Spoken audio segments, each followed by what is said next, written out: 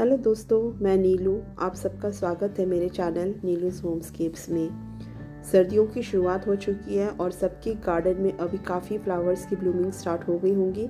तो मेरे गार्डन का भी कुछ इस तरह का नज़ारा है। काफ़ी सारे फ्लावर्स खिल चुके हैं और इस तरफ की साइड में जो मैंने वर्टिकल प्लांट्स लगाए थे, यहाँ पे क्रिसमस कैक्टस के लगाए थे, इनमें भी बर्ड्स आने शुरू हो गई हैं। क्रिसमस तक इनमें फ्लावरिंग स्टार्ट हो जाएंगी, तभी इसको क्रिसमस कैक्टस कहा जाता है। और ये सारे इसमें पिंक कलर की हैं, वाइट हैं और वाइट एंड पिंक कलर के क्रिसमस कैक्टस के मैंने इसमें प्लांट्स लगा रखे हैं। तो ये कुछ इस तरह का हाल है मेरे इस सामने वाली बालकनी गार्डन का, जहाँ पे मैंने अपने सारे प्लांट्स लगा रखे हैं, फ्लावरिंग प्लांट्स लगा रखे हैं। दूसरी तरफ चलते हैं। ये मेरी है कॉमन बालकनी। यहाँ पे सारे ज़्यादातर मेरे हाउस प्लांट्स हैं, इंडोर प्लांट्स हैं। यहाँ पे धूप ना आने के कारण मैंने इन्हीं प्लांट्स को यहाँ पे लगा रखे हैं। ये है मेरे कुछ एग्लोनिमा के प्लांट्स, जिनको मैंने हाल ही में डिवाइड करके और भी प्लांट्स बना लिए हैं। तो अब हम बात करेंगे अपने plant bird nest fern plant की। ये देखिए, मेरा बर्ड नेस्ट फर्न का प्लांट है जो काफ़ी बड़ा हो गया है। जब मैंने इसको ख़रीदा था तब एक छोटा सा प्लांट था, तो करीब 1 साल से ऊपर हो गया है मैंने इस प्लांट को ख़रीदे हुए, जिसमें अभी काफ़ी बड़ी बड़ी लीव्स निकल के आ गई है और ये पॉट इसके लिए छोटा पड़ता जा रहा है।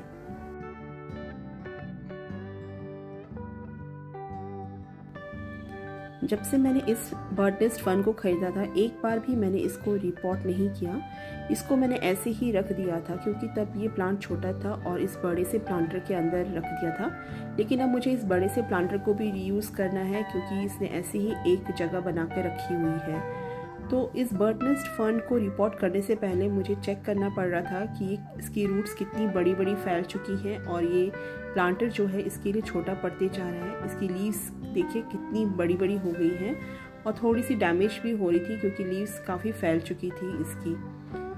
ये देखिए, एक छोटे से ही प्लांटर में लगा हुआ था। मैंने इसको एक बार भी रिपोर्ट नहीं किया। जैसे खरीदा था मैंने इसको वैसे ही लाकर रख दिया था। तो 1 साल के अंदर इसकी लीव्स काफ़ी फैल चुकी थी और इस साइड की बालकनी में बिल्कुल भी धूप नहीं आती है, तो मैंने इस प्लांट को यहाँ पे ला के रखा। मैंने इस बालकनी में सारे ऐसे ही प्लांट्स रखे हैं जो बिना धूप के बहुत इजीली ग्रो हो जाते हैं। बस इन प्लांट्स को एक ब्राइट रोशनी की ज़रूरत होती है। तो चलिए रिपोर्ट करते हैं।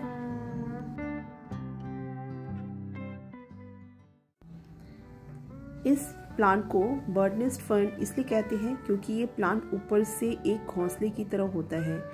ट्रॉपिकल प्लांट होने के कारण इसको मॉइस्चर बहुत पसंद है। ये ज़्यादातर आप कभी देखना किसी भी ट्री के ब्रांच में बहुत इजीली ग्रो हो जाता है।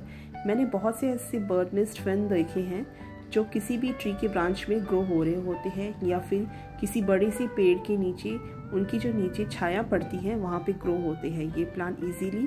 और ये अपना खाना ज़्यादातर सूखी पत्तियों से ही बनाते हैं। तो इस प्लांट को रिपोर्ट करने से पहले मैं इसकी जो सूखी सूखी लीव्स थी ऊपर की, मैं उसको हटा रही थी क्योंकि मैं नहीं चाहती थी कि रिपोर्ट करने के बाद मुझे कोई प्रॉब्लम हो।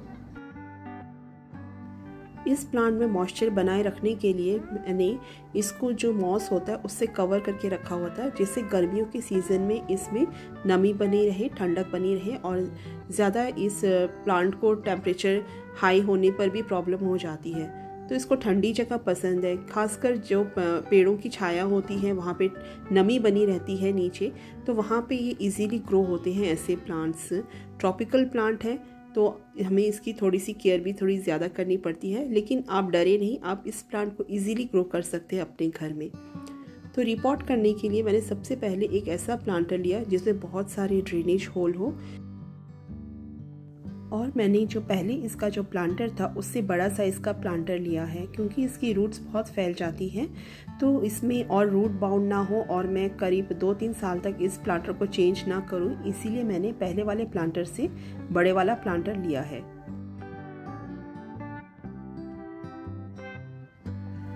तो इसके ड्रेनेज होल को कवर करने के लिए मैंने किसी ग्रेवल्स या स्टोन्स का इस्तेमाल नहीं किया है। मेरे पास एक पहले से ही कटा हुआ नेट का कपड़ा था जिसको मैंने डबल फोल्ड करके इसको कवर कर दिया, जिससे इसकी सॉइल बाहर ना निकले। बस जब भी हम इसकी वाटरिंग करें तो इसका जितना भी एक्स्ट्रा पानी है वो सारा बाहर निकल जाए। तो इसको अच्छे से कवर कर लीजिए इस तरह से। अगर आपके पास सूखी पत्तियां हैं तो भी आप इसको डाल सकते हैं ड्रेनेज होल को कवर करने के लिए। अब हमें एक ऐसा सॉइल मीडिया बनाना है जिसमें से पानी बिल्कुल भी ना रुके। बेशक ये प्लांट मॉइस्चर पसंद करता है, नमी पसंद करता है, लेकिन ऐसा भी ना हो कि इसमें पानी रुक जाए। अगर इसमें पानी रुक गया तो आपके इस प्लांट के रूट्स के रॉट होने की चांसेस बहुत ज़्यादा बढ़ जाएंगी। ये मेरा पहले से ही बना हुआ सॉइल मिक्सचर है जिसमें कोकोपीट मिक्स है, गार्डन सॉइल है और थोड़ा सा सैंड है। इसमें एक्स्ट्रा थोड़ा सा और मैं वर्मी कंपोस्ट मिक्स कर रही हूँ।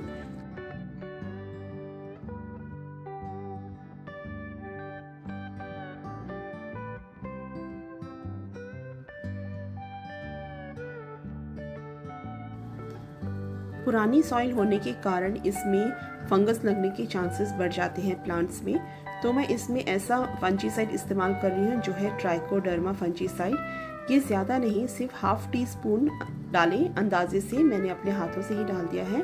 ये हर प्लांट के लिए यूज़ किया जा सकता है फंजीसाइड। आप इसको हर प्लांट में यूज़ कर सकते हैं, चाहे वो फ्रूटिंग प्लांट हो, चाहे आपके वो फ्लावरिंग प्लांट हो, चाहे वो आपके इंडोर प्लांट्स हो। फंजीसाइड मिक्स करने के बाद आप सॉइल को अच्छे से मिक्स कर लें पूरी तरह से।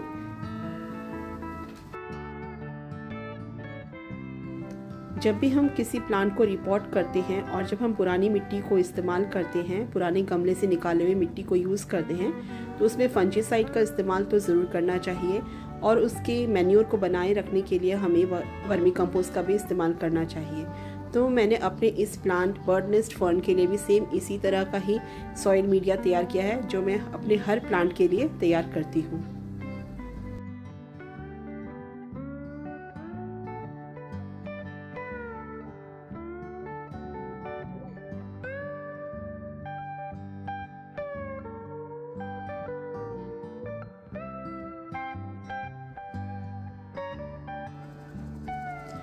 अब ये देखिए मेरा बर्ड नेस्ट फर्न, इसको निकालते वक्त मेरे को बहुत सावधानी से निकालना पड़ रहा था, कहीं इसकी लीव्स टूट ना जाए, क्योंकि इसकी लीव्स इतनी डेलिकेट होती हैं कि ज़रा सा अगर थोड़ा सा बेंड हो जाए तो वहाँ से वो टूट जाती है। तो इसको मैंने निकालने से पहले इसको लूज़ कर लिया, इसके सॉइल को, प्लांटर को चारों तरफ से हल्का हल्का से दबाकर मैंने इसकी सॉइल को थोड़ा सा लूज़ कर लिया। ये देखिए, ये पहले से जिस सॉइल मिक्सचर में लगा हुआ था उसमें कितनी भुरभुरी थी, ज़रा सा टच करने से इसकी पूरी सॉइल बाहर निकल के गिर रही थी। तो मैंने इसके रूट्स को बिल्कुल भी हिलाना नहीं चाहती थी, मेरे को बहुत केयरफुली इसको रिपॉट करना था। मैंने इसको वैसे ही दूसरे बड़े पॉट पे लगा दिया क्योंकि इसकी रूट्स अभी ज़्यादा बाउंड नहीं हुई थी, तो मैंने इसके पहले वाले सॉइल को हिलाने की कोशिश नहीं की। इसको मैंने वैसे ही निकाला जैसे मैंने लगा दिया पॉट पे, लेकिन थोड़े बड़े साइज़ वाले पॉट में।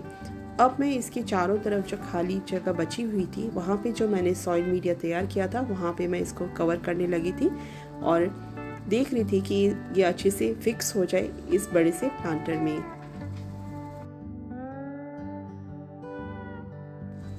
कोशिश यही करें जब भी आप रिपोर्ट करें किसी भी प्लांट को, उसकी रूट्स को डैमेज ना करें, उसकी रूट्स को हिलाने डुलाने की कोशिश ना करें।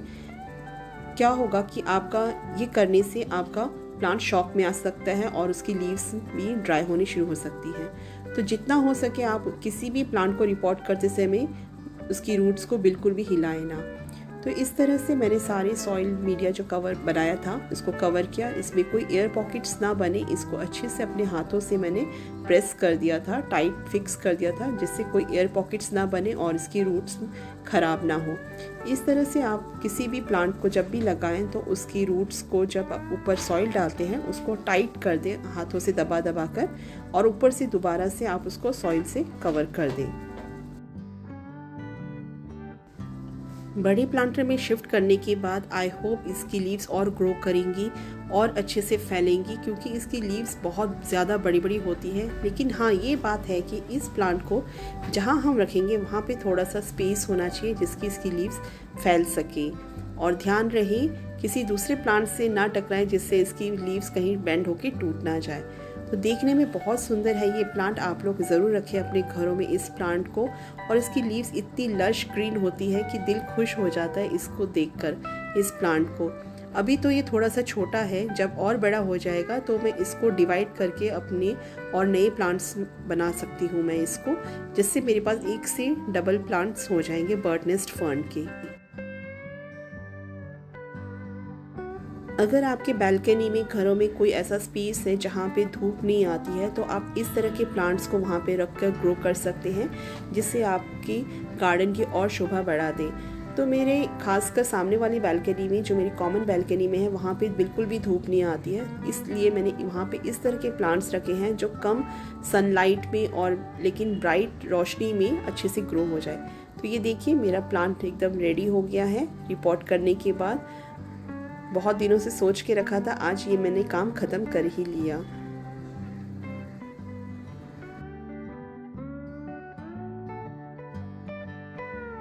इसकी न्यू लीव्स भी आने शुरू हो गई हैं। ये देखिए कितनी सारी न्यू लीव्स आ रही हैं, और मैं देख रही थी कि इसमें और भी साइड से प्लांट्स बन के आ रहे हैं। कुछ महीनों के बाद मैं इस प्लांट को डिवाइड करके और 2 नए प्लांट रेडी कर लूँगी।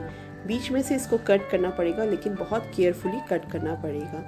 रिपोर्ट करने के बाद शावरिंग तो बनती है, तो खासकर इस प्लांट की लीव्स में आप शावर ज़रूर करें, जिससे इसमें एकदम धूल मिट्टी जो लगी हुई है वो सारी क्लीन हो जाए।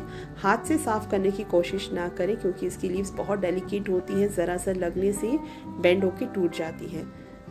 तो इस तरह से आप शावर करें और आपका प्लांट एकदम फ्रेश बन जाएगा।